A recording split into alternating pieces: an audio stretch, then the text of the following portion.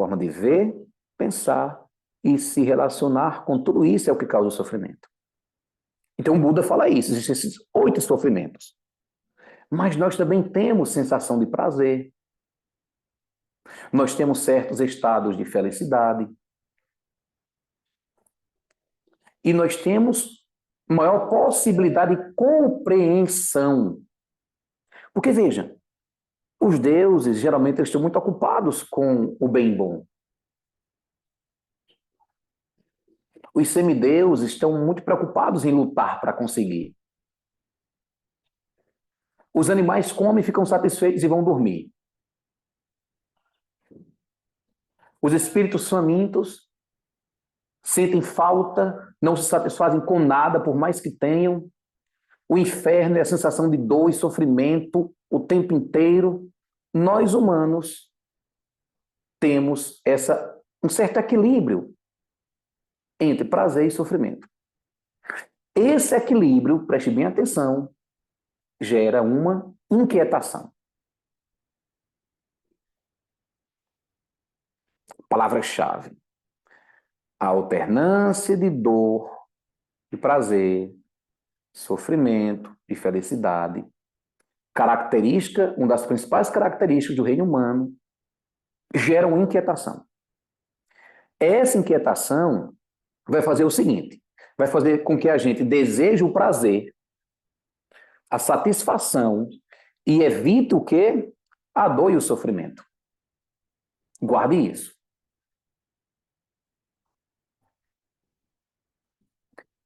Qual é o problema, então? O problema é a forma que nós vamos evitar a dor e adquirir o prazer e a satisfação. Escutei quando alguém pensou, monge, repita. Vou repetir. O problema está na forma em que vamos evitar a dor e o sofrimento e como vamos abraçar o prazer e a felicidade. Não é bacana esse tema, pessoal? Você vai ver a partir de agora o quanto é legal. Veja, nas nossas ações do dia a dia, a gente deveria se perguntar sempre, por que fazer isso? Para que fazer isso? Tem um som bem alto aqui, vocês estão ouvindo?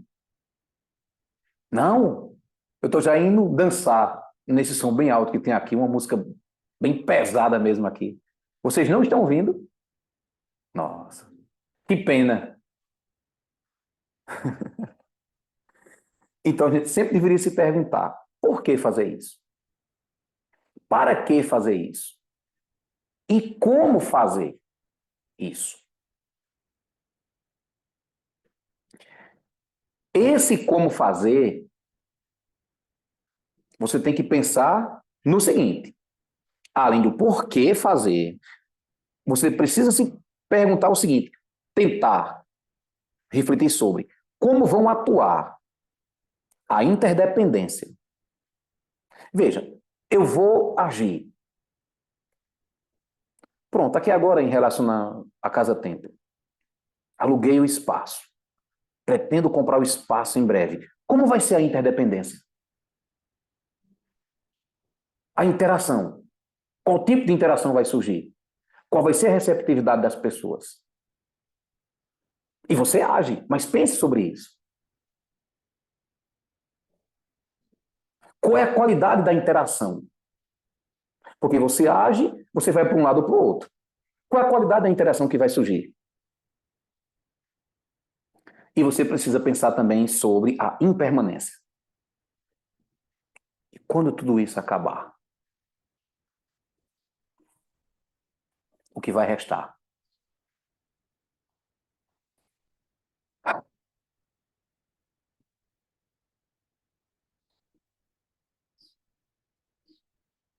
Gente, se a morte chegasse agora, o que é que tu iria entregar a ela? Se a morte chegasse, a gente falou um pouco disso em outra aula, se a morte chegasse aqui agora, vamos conversar. Eu vim buscar as causas e condições que você criou e vão te reger no futuro. O que tu entregarias? Que bobagem esse pensamento. Então, o reino humano é bem complexo. O reino humano, é possível que a gente desenvolva aqui características de outros reinos. Então, o reino humano ele tem esses altos e baixos. Alguém quer falar alguma coisa? Então, o reino humano ele é marcado por alternância de momentos, esse alto e baixo. A roda gigante, não é? E esses alto e baixo pode, não é certeza, mas pode fazer com que a gente procure. Procure o quê? O equilíbrio, o conhecimento. Nossa, eu estava tão mal ontem. Hoje eu estou tão bem. Eu estava tão bom ontem. Hoje eu estou tão ruim. Deve ter um equilíbrio. É inumano. Então, a gente, essa alternância de altos e baixos, pode fazer com que a gente procure o equilíbrio. O conhecimento, a sabedoria, a humildade, a capacidade de ouvir, refletir sobre o que foi dito, sobre o que foi ensinado, de dizer que não sei. Eu estava brincando um dia desse com uma turma em uma escola e eu disse uma coisa tão... Depois eu fiquei pensando, eu não sei se eu deveria ter dito isso aos meninos, mas eu disse. Mas eu contextualizei depois. Eu disse assim, olha, eu não quero saber muito e nem quero ser forte. Porque quem sabe muito é sempre chamado para explicar as coisas e quem é forte é sempre chamado para pegar peso. Aí a menina estava na minha frente e disse, professor, eu com menos problema do que esses aí, a psicóloga aqui já mandou ir fazer terapia. Não quer ir lá conversar com ela não, professor? Então, veja, o reino humano tem essa característica, esses altos e baixos. Gente, esse reino é precioso demais. Essa vidinha que a gente tem é preciosa demais. E uma das coisas que eu mais gosto é acordar de madrugada. Me acordar de manhãzinha, antes do sol nascer. Antes do primeiro pássaro cantar. Para ver tudo acontecer. O sol ir nascendo, ficando claro, os pássaros começam a cantar, o movimento na rua começa a existir. E depois fazer com que as coisas aconteçam. Entrar na sala de aula com os alunos, rir bem muito com eles, rir deles, rir de mim, aprender junto com eles, deixar uma reflexão para eles. Mas isso não garante nada. É bom, mas não garante nada. Eu vou lhe ensinar duas coisas agora. Isso não garante nada e é muito importante. O Buda fala, é preciso desenvolver Samvega, uma palavra em Pali, Samvega, S-A-M-V-E-G-A.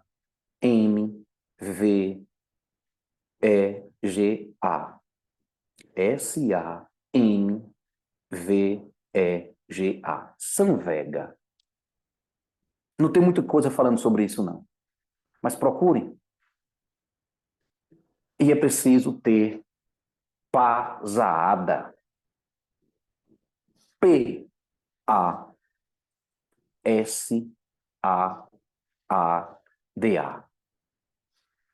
P-A-S-A-A-D-A. Samvega e Passaada são as duas emoções básicas do budismo. Não tem aquela tradição que fala do pecado, do karma, que são as emoções básicas que alguns trabalham. O Buda, o budismo fala basicamente dessas duas, Samvega e Passaada. Preste bem atenção. No site que eu sempre recomendo, que é o Acessa ao Insight, tem um texto que explica o que é Samvega. E lá está escrito o seguinte. Ouçam bem.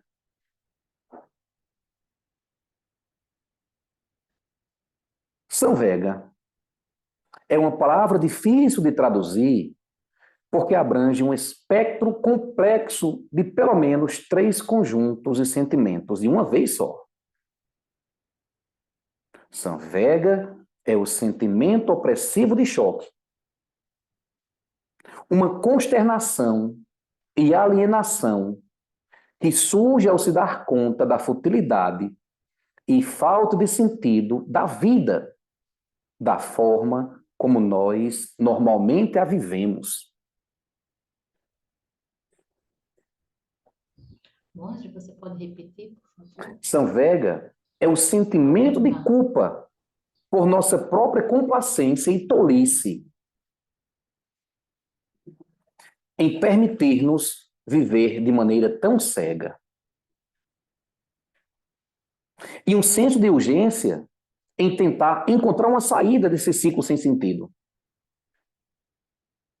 Todos nós experimentamos um conjunto de sentimentos de uma vez ou outra no nosso processo de crescimento. Que bonito isso, viu? Samvega. Então, Samvega é quando a gente se dá conta, e aí, Cristiano, eu sempre lembro de uma das aulas que a gente teve o ano passado, o ano atrasado, de uma coisa que você colocou tão bem pontuado, que foi, monge, não é para saber racionalmente, não é? É para saber nas nossas entranhas. Nunca esqueço dessa frase que você disse. É isso, justamente. A gente precisa entender de corpo todo. Quando a gente se dá conta de corpo todo de algumas futilidades e da falta de sentido que muitas vezes a gente leva à vida, isso gera um choque. Eita! Plof! Isso é o Samvega. Um sentimento opressivo de choque que a gente começa a perceber, a enxergar que a gente estava vivendo de uma forma meio cega, irresponsável e sem sentido.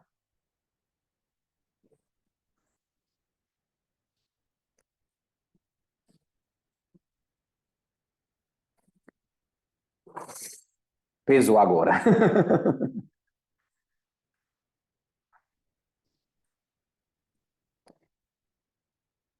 Eu ainda vou fazer uma aula aqui, um dia, sobre os ditados populares.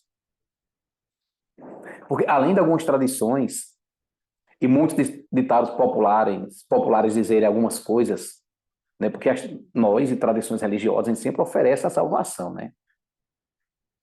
Mas na verdade, muitas vezes, a gente se deixa ludibriar, sabe? Tem tradições que dizem vai ficar tudo bem. Como a gente ouvir isso? Vai ficar tudo bem. Não há garantias que vai ficar tudo bem. Não há garantias que vai ficar tudo mal. Você não vai adoecer. Você não vai morrer agora. A sua identidade vai continuar em outro plano. Olhe, basta acreditar em mim, nesse ou naquele, que vai dar tudo certo. Aí vem o Buda, chato como é, e diz: vai sim. Você vai nascer, vai adoecer, vai envelhecer, vai morrer e vai renascer.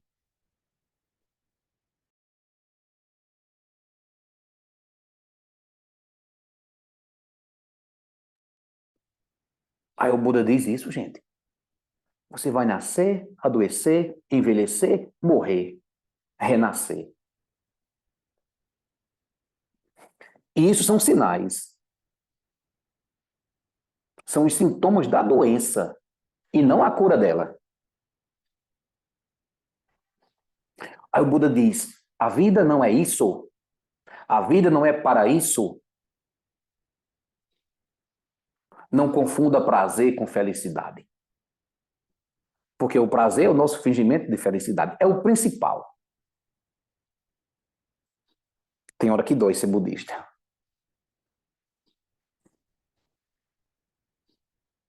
Por isso que tem templos, que tem algumas imagens, que tem os seres com espada na mão, sabe?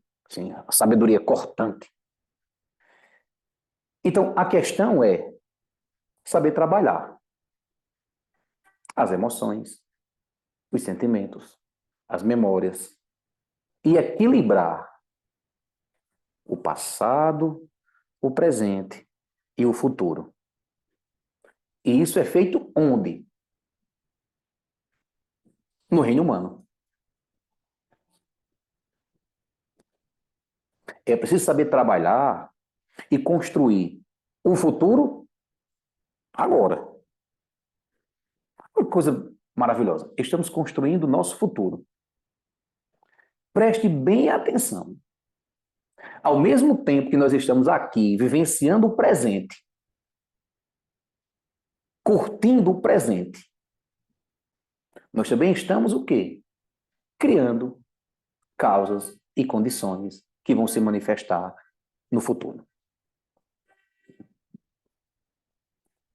Ou seja, ao viver o presente, nós também podemos estar construindo o nosso futuro.